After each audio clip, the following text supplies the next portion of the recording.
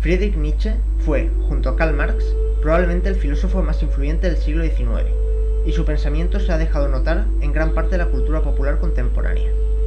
La influencia del pensamiento nietzscheano en Berserk es más que obvia, siendo Griffith la representación más fiel que yo he visto en cualquier medio de su ideal del superhombre. Pero, para empezar, es necesario explicar brevemente dos conceptos clave de la filosofía de Nietzsche: Übermensch y voluntad de poder. El Übermensch no es otra cosa que la visión del ser humano ideal según Nietzsche, el ejemplo que todo ser humano, merecedor de considerarse a sí mismo como tal, debería seguir, el superhombre. Buena parte de la obra de Nietzsche está destinada a explicar las características del Übermensch, el cual sería un ser humano ajeno a toda ideología o religión que no sea propiamente suya, un creador de valores que solo aceptaría como moralmente correcto aquello que él mismo así lo determinase, sin dejarse influenciar por la corriente moral predominante en su entorno o en su sociedad. El Übermensch, según Nietzsche, viviría únicamente por y para sí mismo, nunca para los demás, y no obedecería a nada ni a nadie más allá de su propio y más profundo anhelo. Ese anhelo es lo conocido como voluntad de poder. La voluntad de poder no debe entenderse como un mero afán de obtener prestigio social, riquezas ni ningún otro tipo de bien, sino como la voluntad de hacer realidad el sueño más profundo del ser, dando lo mejor de uno mismo en el intento. Resultan evidentes las semejanzas entre el pensamiento de Nietzsche y la personalidad de Griffith, las cuales se pueden apreciar desde su primera aparición en el manga, cuando en un flashback le dice a Guts que ni los soldados que mueren como peones en el campo de batalla, ni los reyes pueden vivir como les gustaría, ya que todos están conducidos por la corriente conocida como destino, mientras que, por el contrario, existe un puñado de personas que se sitúan al margen de las clases sociales promulgadas por los propios humanos y que ellas son las que hacen avanzar al mundo, tras lo cual se plantea cuáles serían sus propios límites y hasta dónde sería él mismo capaz de llegar. Posteriormente nos enteramos de que Griffith sueña con convertirse en rey y fundar su propio reino. Esto es una representación de la idea de que el superhombre siempre quiere traspasar las fronteras que el mundo le ha marcado, ya que en un mundo medieval tan salvajemente feudal como aquel en el que transcurre Berserk, es de locos pensar que un huérfano pobre podría llegar tan alto, por lo que Griffith renuncia a todo lo que se le ha dicho que debe ser y decide hacerse a sí mismo con el único punto de referencia que le marcan sus propias ilusiones y sus sueños. Una de las escenas para mí más significativas y que a menudo suele pasar desapercibida es aquella del manga en la que el rey de Midland visita la celda de Griffith cuando éste se encuentra atado y le recrimina el haberse acostado con su hija. En esta escena, el rey expresa su faceta oculta que en ningún momento anterior se había podido siquiera sospechar. Se ve que él es en realidad un hombre abatido desde la muerte de su primera esposa y cansado hasta el hartazgo de la responsabilidad de reinar, un hombre infeliz y amargado que se esconde tras la faceta de rey justo y sabio y que internamente lo único que le permite aislarse son sus oscuras fantasías sexuales acerca de su propia hija. Griffith se burla de él por esto y le dice que es absolutamente patético. En esta escena estamos viendo a un vasallo con moral de señor ante un rey con moral de esclavo, ya que para Griffith no puede haber nada tan patético como un hombre que acepta cargar con una vida que no le hace feliz, por el simple hecho de que le han dicho que ha nacido para ello. Según la perspectiva de Griffith y la de Nietzsche, el rey debería renunciar a la corona y marcharse a vivir la vida que él desease vivir, sin importarle la responsabilidad sobre la nación y sobre la historia, ya que esas son responsabilidades que le han impuesto otros, no las que se ha impuesto él mismo.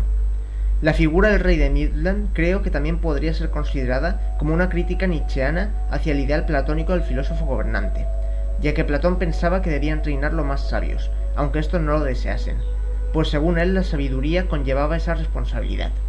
Esto por supuesto resultaba ridículo para Nietzsche, quien creía que el sabio solo debía vivir para él mismo. Otra característica propia del superhombre, que se ve muy bien reflejada en Griffith, es el desinterés por la política y por las ideologías. Al ser el superhombre una persona que solamente aspiraba a vivir por sí misma y no para los demás, la idea de gobernar para el pueblo era vista como absurda. Es por esto que nunca se ve a Griffith haciendo promesas a quienes le siguen. Si nunca se le podrá acusar de algo, es de manipular a los suyos. Él nunca dijo que quisiera ser rey para crear un reino idílico o para hacer la vida de sus súbditos mejores. La idea de poder que tiene Griffith es como un fin en sí mismo, y no como un medio para alcanzar otros fines. Esto diferencia a Griffith de otros villanos de anime como Kira de Death Note o Zero de Code Geass, ya que estos aspiraban a obtener el poder para mejorar los mundos en los que vivían, por lo que ellos percibían el poder como un medio para conseguir otros fines. Y por supuesto, la última característica común que analizaremos entre Griffith y el pensamiento de Nietzsche es el sacrificio. Nietzsche decía que una persona verdaderamente fuerte no es aquella capaz de resistir el sufrimiento propio, tal y como enseñaron filosofías antiguas como la de los estoicos, sino que la verdadera fortaleza radicaba en ser capaz de infligir daño a otros por nuestro propio bien y no sucumbir ante el remordimiento.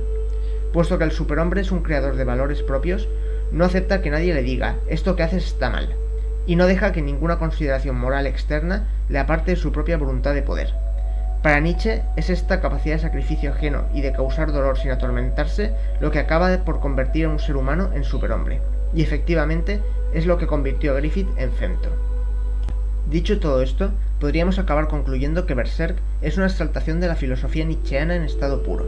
Pero, ¿es realmente esta la idea que quiere transmitirnos Miura al leer su obra? Yo creo que no. Si el autor realmente quisiera convencernos de que Nietzsche tenía razón, habría elegido a Griffith como el protagonista de su obra. Pero no, el protagonista no es Griffith, sino Guts.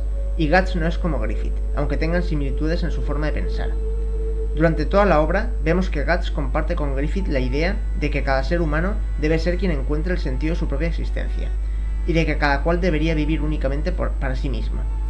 Pero a diferencia de Griffith, Guts sí que tiene unos límites morales establecidos en esta idea. Él mismo se lo dice a Kiaska en el momento en el que vuelve a la banda del halcón para ayudar en el rescate de Griffith, y Kiaska le pide que una vez logrado se quede con ellos, a lo cual responde que él solo se siente obligado a una cosa, hacer lo correcto, que en este caso era rescatar a Griffith y luego volver a irse. Guts también es un personaje individualista, pero él sí que entiende que su relación con las personas le hace responsable, al menos en parte, del porvenir de ellas, y no solo del suyo propio. ¿Acaso no somos cada uno de nosotros responsables de ayudar a nuestras familias y a nuestros amigos si estos están pasando por un mal momento? Quien piense que no es porque no sabe nada sobre la amistad o sobre el amor, del mismo modo que no sabía nada Griffith. Guts quiere cumplir sus ambiciones personales y no quiere servir a las ambiciones de otros, pero tiene la norma moral de que él tampoco debe emplear a otros para lograr sus fines. Es por eso por lo que Guts nunca habría accedido a sacrificar a sus compañeros si le hubiese tocado a él estar en el papel de Griffith. Pienso que la conversación de Guts con Kiaska, en la que hablan sobre los sueños de cada miembro de la banda, y la conversación con Yudo, en la que le cuenta a Guts que su misión en la vida era encontrar a alguien que fuera el mejor y así poder prosperar junto a él, nos muestran la verdadera visión del autor, el cual comprende que en el mundo existen muchas formas de vivir diferentes y que cada cual tiene su propia filosofía, siendo cada una válida en sí misma. La de Nietzsche siendo una de las posibles, pero no la más sana, puesto que alguien que decidiese adoptarla hasta las últimas consecuencias estaría destinado a dejar de lado parte de su humanidad, tal y como le acaba ocurriendo a Femto.